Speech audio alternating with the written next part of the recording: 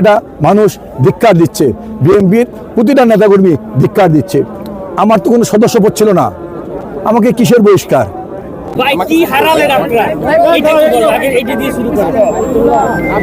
বাংলাদেশের মানুষ এমন একজন ব্যক্তিকে হারালেন যিনি এই বাংলাদেশের 18 মুরব্বী ছিলেন, যিনি গত 16 বছর বাংলাদেশের মানুষকে একটি ফ্যাসিস্ট থেকে মুক্ত করার জন্য নিজের জীবনটা বিলিয়ে দিয়েছেন, তারপরে কিন্তু আপোস করেননি। আমাদের সেই প্রাণপ্রিয় নেত্রী গত 30শে ডিসেম্বর ইন্তেকাল করেছেন। ইন্না লিল্লাহি ওয়া ইন্না ইলাইহি রাজিউন। আমরা তার মাগফিরাত কামনা করছি। তিনি বাংলাদেশের তিনবারের প্রধানমন্ত্রী ছিলেন। তিনি যখন ক্ষমতায় ছিলেন বাংলাদেশের মানুষের উন্নয়নের জন্য কাজ করেছেন, বাংলাদেশের গণতন্ত্র প্রতিষ্ঠা, বাংলাদেশের স্বাধীনতা সার্বভৌমত্ব রক্ষার জন্য তিনি কাজ করেছেন। তিনি বাংলাদেশের আলেম সমাজকে তিনি সম্মান করতেন, তিনি শ্রদ্ধা করতেন। তিনি ইসলামী শিক্ষা বিস্তারের জন্য কাজ করেছেন। বিশেষ করে তিনি কওমি মাদ্রাসার উন্নয়নের জন্য, কওমি মাদ্রাসার শিক্ষার বিস্তারের জন্য কাজ করেছেন। আজকে আমরা সেই মানুষটিকে হারিয়ে ফেলেছি।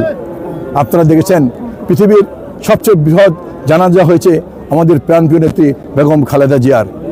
এটা আমরা মনে করি আমাদের জন্য গর্ব, এই জাতির জন্য গর্ব, যে জাতি আজকে শ্রদ্ধা করেছে বেগম খালেদা জিয়াকে। আজকে আমরা তার মৃত্যুর পরে তার সমাধিতে এসেছি ফাতিহা পাঠ করার জন্য, তার জন্য দোয়া করার জন্য। আমার ঢাকা 12 এলাকার প্রতিটা নেতাকর্মী, কয়েক হাজার নেতাকর্মী আজকে এখানে উপস্থিত হয়েছে আমার সাথে আমাদের প্রাণপ্রিয় নেত্রীকে তার কবরের পাশে দাঁড়িয়ে ফাতিহা পাঠ করার জন্য, তাকে শ্রদ্ধা জানানোর জন্য।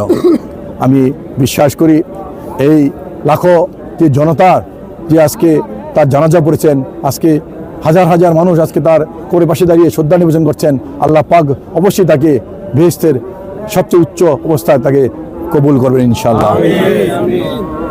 নীরব ভাই, নেত্রীর বিদায়ের দিনে আপনাকে নিয়ে একটা সিদ্ধান্ত এসেছে দল থেকে, আসলে এমন বিদায়ের দিনই আপনাকে নিয়ে আরেকটি সিদ্ধান্ত, এটা সম্পর্কে জানতে চাই। আমি মনে করি পার্টি যে সিদ্ধান্ত দিয়েছে এটা পার্টির একটি নিয়মমাফিক একটি প্রক্রিয়া। তবে যেদিন আমাদের প্রাণপ্রিয় নেত্রী, বাংলাদেশে 18 কোটি মানুষ সেই নেত্রী বেগম খালেদা জিয়া ইন্তেকাল করেছেন, সেই জিনিসটি তাদের বেছে নেওয়া ঠিক হয়নি। এটা মানুষ ধিক্কার দিচ্ছে, বিএনপির প্রতিটা নেতাকর্মী ধিক্কার দিচ্ছে।